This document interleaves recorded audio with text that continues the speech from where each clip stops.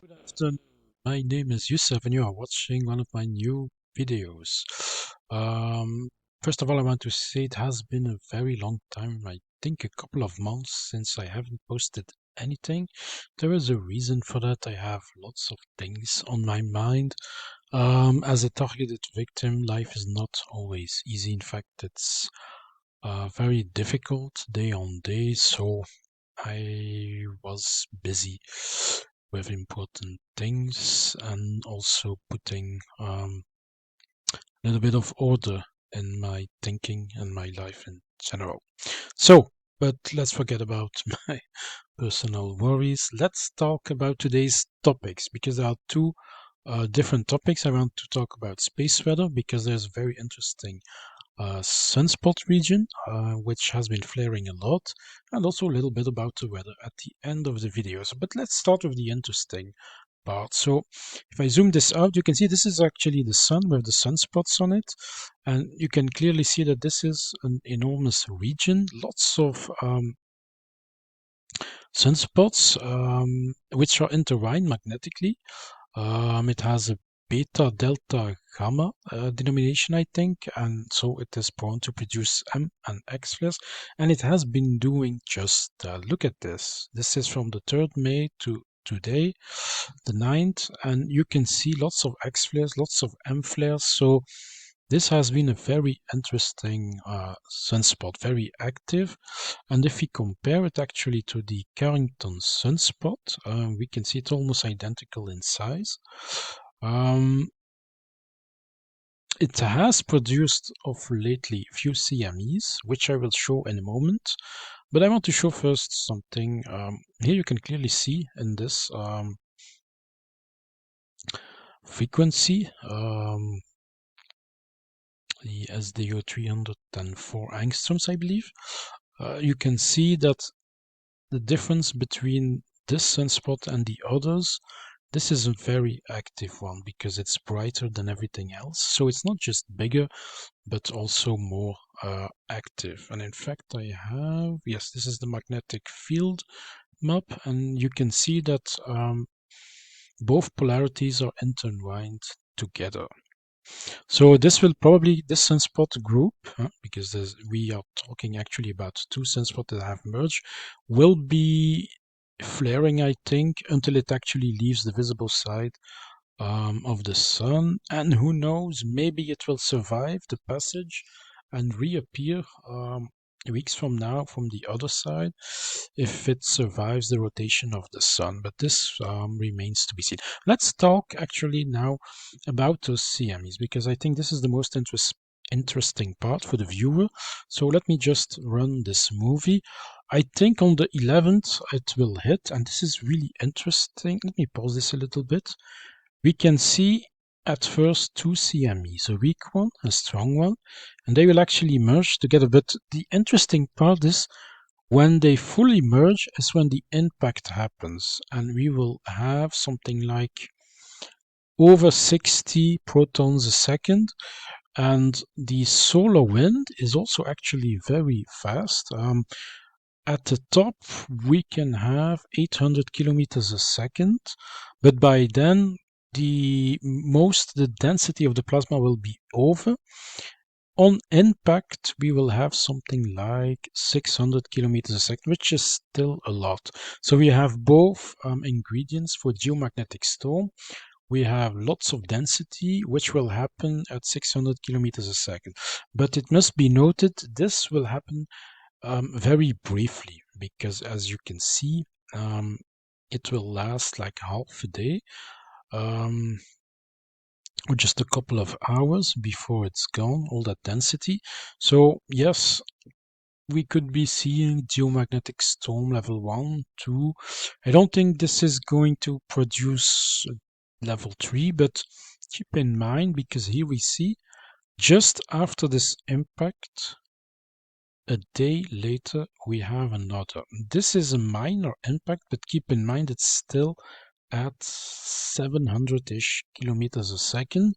So we have two fast-paced impacts which will happen with 1 day of interval. Whether or not this will affect our magnetic field, which has already weakened a lot, remains to be seen. But don't worry, when this impact will happen, I will make a new video and discuss this topic to see whether or not the effect is severe. But I think we can at least assume there will be a geomagnetic storm, at least with auroral activity. Remains to be seen if the BZ component will be negative. So there are a few factors which have to be present in order for this to be more geo-effective than predicted. But we will see when it happens. Now, before I continue to the weather discussion, I will cite a philosophical quote, and I think, let me see. I think, yes. I don't know if I already did this, but let's just start at 75 because it has been months since I did this.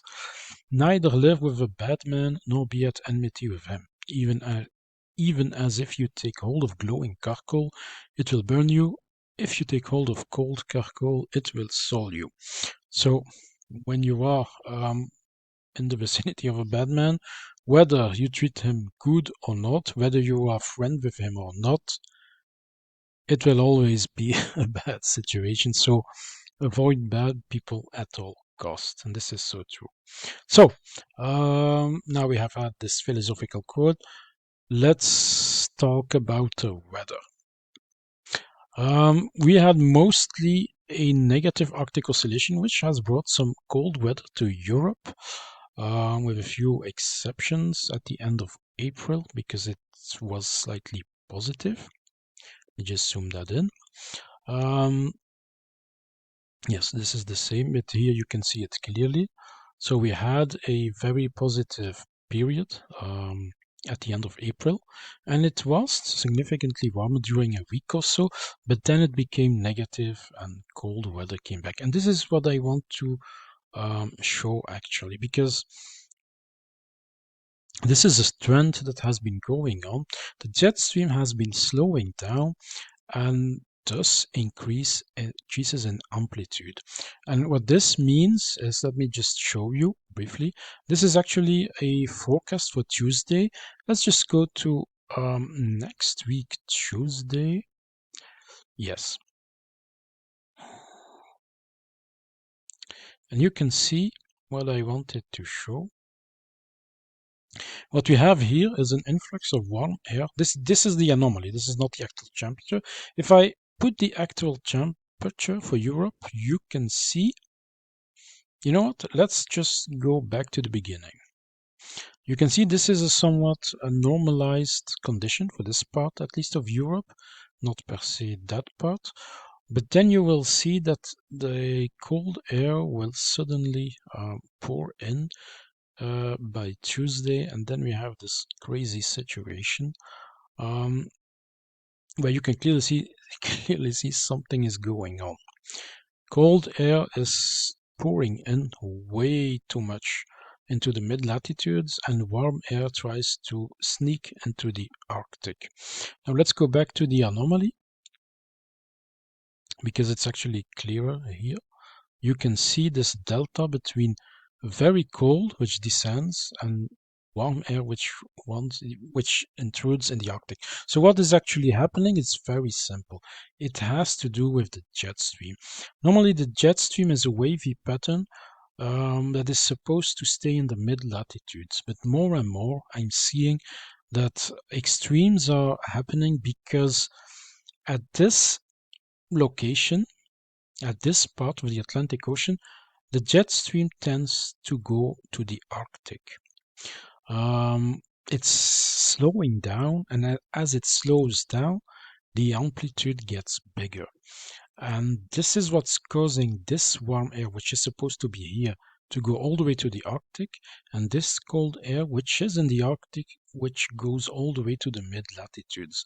And this is becoming more and more frequent, which is the reason why I wanted to include this in this video. And I wonder if at some point we will not see a complete split of the jet stream where you have here a cluster, a half, and here a half, and then warm air will reach all the way to the Arctic, and cold air from the Arctic will reach all the way, not just the mid-latitudes, but maybe even tropical regions. This might create extreme weather, will create extreme weather. But we will see. This is a slow trend, but surely it becomes more and more visible and more aggressive each time it happens. So we will see in the next couple of years what will happen of this. Personally, I think this is caused by I don't know if they actually show this here. Let me see. Let's go to the surface, ocean currents. Yes. Temperature, maybe. Currents. Yes, there you have it. So I'm not sure if this is actually caused by the jet stream, which has been slowing down. But this might be the case. Why the jet stream over here? If less warm air travels all the way to Europe, maybe it stays in this region where it should go a little bit further, and this creates this anomaly in the jet stream. Maybe it is related to other factors, magnetic field of the Earth's tilt. I know that it is something, and that it is clearly hidden from public. But someday this will come out. I mean, you can't indefinitely blame everything on the non-existent global warming, which is a fallacy, of course, as you know, because I mean, look at this. There's nobody who's going to tell me that we are cooking, that the world is burning in hot flames, because all I see lately, especially in Europe, whether it is east or west, is lots of blue, and blue means colder than average, not warmer. So clearly this has nothing to do with temperatures. The temperatures are actually the result, not the cause. So we see extremes in temperature because something is happening, and unfortunately it is hidden from us. But fear not, someday whatever it is happening will come out. So this is it. Thank you for watching, and as promised, when that CME impacts, I will make a small video to cover that. I don't think I will be talking about the weather, maybe a little bit about earthquakes or something else, but we'll see. Thank you for watching, and we'll see each other again. Bye bye.